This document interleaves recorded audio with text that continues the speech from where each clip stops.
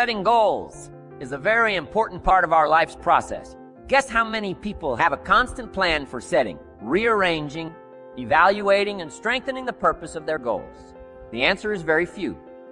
In fact, if you will do this, you will become among the few who do that, to become the envy of all who watch. In fact, if you will, work hard on setting goals. Put together a plan for setting goals. Evaluate them, rearrange them, constantly talk about them. Go over them again and again. I tell you what this process will do. In my personal opinion, it'll put you in what's known as the top 5. And if you want to be successful, if you want your life to really change in major ways, this is one of the fundamentals. A constant plan for setting, rearranging, evaluating, and strengthening the purpose of your goals. We need to take a look into the future. We got to have the future well designed. The future is called the promise. The promise of the future can be an awesome force for your own future. The promise of the future. Buying the future. There's 2 ways to face the future. One is with apprehension and the other is with anticipation. I promise you, in my travels around the world, most people face the future with apprehension. And here's why. They don't have it well designed. They've sort of left that up to someone else to fix. But here's the best way to face the future with anticipation. And you can face the future with anticipation if the future is clear, if the future is well designed in setting goals. It's very simple. Number 1, decide what you want. You just take a little time. You sit down and say, what do I want? What kind of skills do I want? What kind of income do I want for the future? Where would I like to go? Places I'd like to visit. Habits I'd like to acquire. Skills I'd like to have. You just take a little time to think about what you want. Economics, friendships, people you'd like to meet, places you'd like to go. You just take some time. And then I suggest when you've thought about what you want for the future, make a list. Just jot it all down. It's really a very simple process. Get together with your family, your wife, your husband, your children, your business colleagues, and make it one of the major fundamentals in your life. Constantly setting, rearranging, evaluating, and strengthening the purpose of your goals. That's number 1 fundamental for success. Here's a clear picture of what you intend to do with your present resources. That's a fundamental figuring out a plan of what to do and how to manage your present resources. Most everyone I talk to has already got something. The big question is, what are you doing with it? Most everyone has some time. They have some resources. They have some money, or they have paycheck, or they have some kind of resources. They have some kind of net worth. The big question is, what are you doing with it? Where are you investing it? Where are you putting it? First of all, you've got to understand about society and about money. You've got to understand how to earn it, where to get it, where it comes from, and the importance of managing it. Kids ought to be taught from the time they're just small what to do with $1. If a child has $1 and goes and spends it right away, they've developed the wrong habits. And sure enough, if they continue those poor management habits over the first $1, you can imagine they're probably going to do the same poor things with those same dollars when they get older. The plans we learn when we're small, sure enough, are most often the plans we follow the rest of our lives. What to do with your money and where to put it. We teach in the care and feeding of the goose that lays the golden eggs. You've got to be a happy taxpayer. You've got to make sure some of your money goes into financial institutions. So the successful people can borrow it and start other businesses that employ more people. You've got to make sure that you give some of your money for charity. So for charity, and for taxes, and for savings, and for the accumulation of capital, it's very important to have a management plan for your present resources, so that at age 65, you don't wind up like most people do. Broke, you wind up with substance. You wind up with plenty to share. You wind up with plenty to enjoy a plan for using all of your present resources wisely.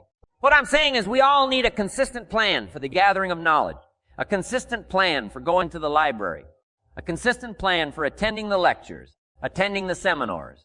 Most people get ideas just spasmodically, or when someone happens to come by, or they just happen to hear someone, or they happen to read a book that might have some ideas that could help to benefit their life.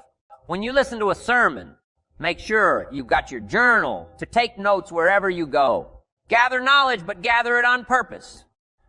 Do it constantly, do it daily, and do it consistently. We need a consistent plan for reading books. Most people just read books haphazardly, spasmodically, or most people just don't read at all. Or they don't have a good plan for reading the right books. Sure enough, the man reads the comics instead of the classics, and he misses all the things that could really benefit his life because he doesn't have a plan. Here's a good thought to consider. Rarely does a good idea interrupt you. Good ideas must be pursued. You must go where they are. You must seek them out. And there's an important Bible phrase that says, if you seek, if you search, you will find, sure enough, a consistent plan for gathering knowledge, reading the books, attending the lectures, putting together ideas, and having a place to capture them. Like a journal where you can repeat them and go over them. That's a fundamental that if you'll follow it, will put you in the top 5. Guess how many people have a consistent plan for the gathering of knowledge? Answer, very few. And what you want to be is one of the very few. You need a plan, a detailed plan for the use of your work time. We call it a game plan. Most people try to design tomorrow and next week and next month in their head. They try to just decide what they're going to do. And most people don't even think that far ahead. They think I have to get up in the morning and go to work, and that's about the extent of it. But a game plan for financial independence, a game plan for your work time, a game plan for your personal time. The family needs a game plan so that you won't miss some of the important things that are helpful to your life and to your success. The kids need a game plan. Mom needs a game plan. Dad needs a game plan. You need a business game plan. You need a game plan for your office if you're in business. A game plan for your business. A detailed plan for the use of your work time. In the leadership seminar, we talk about how to put together this detailed plan for the day and for the week and for the month. How to stretch out a plan for 6 months and for a year. In doing business around the world, we found that you have to detail the plans in great detail. Otherwise, sure enough, you're going to miss something. And I can promise you that a detailed plan for the use of your work time will put you in the top 5. Because most people don't have one, mister. Himself shared with me when I first met him, when I was 25 years old. He said, Jim, to do better, you've got to get around the right people. If you have a constant association of people who can better your life and better your lifestyle, you can't believe the progress that you can make. An association of people of common interest in progress, success, ideas, and philosophy. I have a good phrase for you. Never mistake the power of influence. The man says, well, I live here, but it doesn't really bother me. See, that's not true. He says, I'm around these people, but they really don't bother me. See, that's not true. Whoever you're around, whoever you're with, is exerting some kind of influence on your life and what you must do, and this would be the good year to do it. The first year you've heard about it is make plans to get around the right people. People who talk positive ideas. People who talk philosophy, the refinement of philosophy. See, just the latest joke won't help. You've got to get around people who read, people who are successful, and people who are growing and changing. Otherwise, your influence is going to be in the opposite direction. And I know most of us, wherever you work, you have to be around some negative influences. But what you must do is counterbalance it by an association of the right people, getting around the right people who can help to change your life for the better, associating with the right people on a constant, consistent basis. So work on that one, if you will. Work on an association of right people who can help you to grow financially, personally, spiritually, socially. Sure enough, it'll put you in the top 5. Guess how many people have an association of people of common interest in progress, success, ideas, and philosophy? Answer, very few, but be one of the few. Mr. Shelf taught me this one when I first met him at age 25. He called it lifestyle. Learning how to live a constant plan for figuring ways to live uniquely and to enjoy your present substance. Lifestyle is the challenge of learning how to live well. See, if you earned well and didn't live well, that would be pitiful. If a man made a great deal of money, but his personality didn't change, and his lifestyle didn't change, his uniqueness didn't change. See, that would be pitiful. It's pitiful to find a man in a $500,000 home, and sure enough, he's a $5,000 man. Learning the skills of lifestyle, what to do with your money so that you get joy from it. Shelf taught me the simplest little things like tip. He taught me what the word tip meant. I didn't know I'm from a little farm community. What did I know about tip? He said tip. The word tip comes from a little phrase called to ensure promptness. And the more I thought about that then, I understood what he meant. Wow, to tip is to ensure promptness. When should you give it? Answer up front. You don't wait to see whether or not you've gotten good service to decide the tip. You ensure good service. Mr. Sholeff said to me, sophisticated people make sure they get good service. How? Just one of the little things to learn called lifestyle. How to enjoy your family, how to enjoy your money, how to enjoy your time and your substance, how to enjoy your own thoughts, figuring ways to anticipate your family's needs, to do it with joy instead of animosity, to get great delight in the substance you now have. Most people say if I had more money, I'd be happier. But happiness is something you have to work on besides money, because the money won't make you happy. One of the great things to learn in life is that you can learn a great deal. There's hardly anything you can't learn. If you wished, you could learn several languages. There's so many skills that you can develop that you want to make sure that you've got a timetable and a plan for developing all those skills. Don't settle for less than you can be. See, at the end of your life, you don't want to wake up and discover that you've only lived 1/110th of it. And the person you could have become, you let that slide. The skill you could have developed, you just didn't take the time. There's a great deal of discipline required in developing all of your personal skills. But I can tell you that it's well worth the discipline. Make sure you go to the classes. So make sure you do all that you possibly can to develop every skill you can. From the skill of leadership, the skill of diplomacy, the skill of language, the skill of business, whatever you can learn, make sure you take the time to learn it. Plan for the development of all your personal skills, keeping my old list of goals. I'm telling you, this served me so well. Keeping my old list of goals. I look back now, 10, 20 years ago, at goals I set, lists I made. And I smile now because here's what I thought was so important. 20 years ago now, some of those things aren't even on my list. I've got a new list. I've grown. I've changed. But I give you that advice. Decide what you want to. Write it down. 3, keep the old list. And then here's 4. When you get something that's on one of these lists, check it off. Part of the fun of having a list is checking it off. And then if you can add some drama to checking it off, see, that's what really helps. I set a goal to go to Spain many, many years ago. And when I finally made my first trip to Spain, I had that journal with me that had that list in it. And while I had my journal on my lap waiting for the wheels to touch down in Madrid, I waited until the wheels touched the runway and I checked it off, just adding a little drama. So part of the fun of having a list is checking it off now. Here's what's important about the lists and design your future. If the future gets clear, the price gets easier. Because you got to remember, for every promise, there's a price to pay.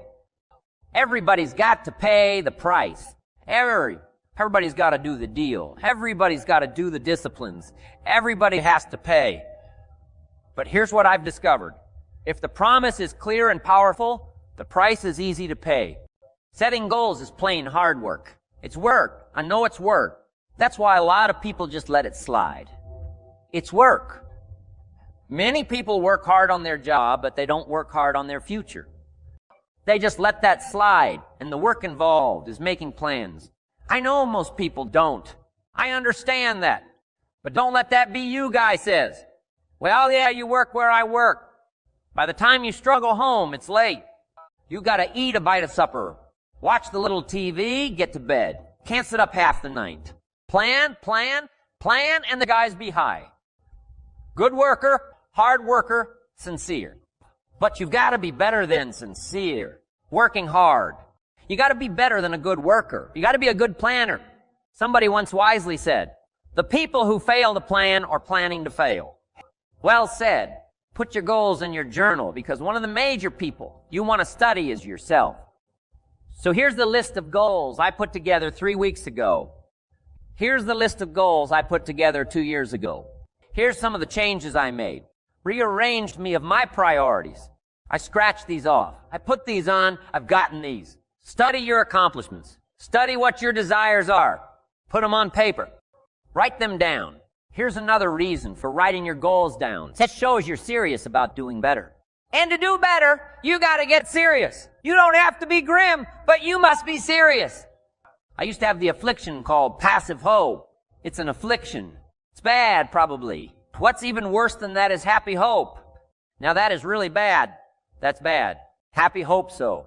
Get serious about your goals. Put them on paper. Write them down. There's all kinds. His goals are goals. They're goals. His racial goals. Financial independence goals, family goals. I mean, there's so many things to work on this that if you don't get busy and work on it, sure enough, the time will pass. And sure enough, 5 years from now, you'll wind up where you don't want to be, wearing what you don't want to wear, driving what you don't want to drive, being what you don't want to be. Now's the time to fix it. And here's one of the important phrases of the evening. Your goals are affecting you, whatever they are. Your goals affect your handshake. Your goals affect your attitude, personality. Your goals affect the way you walk, the way you talk, the way you dress all day long. We're being affected by our goals. Now, some people have goals, but they have such lousy goals. The effect is bad. I asked a guy one time, what are your goals for this month? The guy said, look, if I could just scrape up enough money to pay these lousy bills. That was his goal. I'm not saying it isn't the goal. It's a goal. But it's such a lousy goal. The effect is bad. You don't jump out of bed on Monday morning and say, oh boy, another chance to go out and scrape up the money to pay my lousy bills. So you don't do that. Usually you say, oh, not another Monday. And some people have so given up on life, they've joined the Thank God It's Friday Club. How sad. Everybody hopes things will get better. Everybody hopes poor people hope. That ought to tell you something. It means the future does not get better by hope. It gets better by plan.